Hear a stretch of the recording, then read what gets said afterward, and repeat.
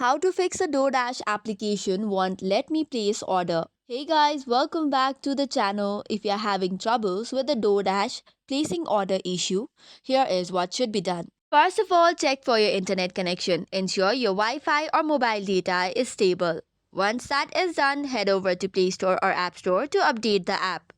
This will solve any temporary bugs or glitches. After that, long press on your application and go to App Info.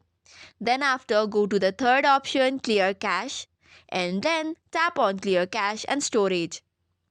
Once that is done, close all the background application, restart your device, and then tap on the application again. Log out and log in again into your DoorDash account. However, sometimes it could be payment issue. So you can switch to another payment method. However, if nothing works, reach out to the DoorDash support for the further assistance. So that's it for today's video. For more such contents, do not forget to hit the like and subscribe button. Thank you and keep watching.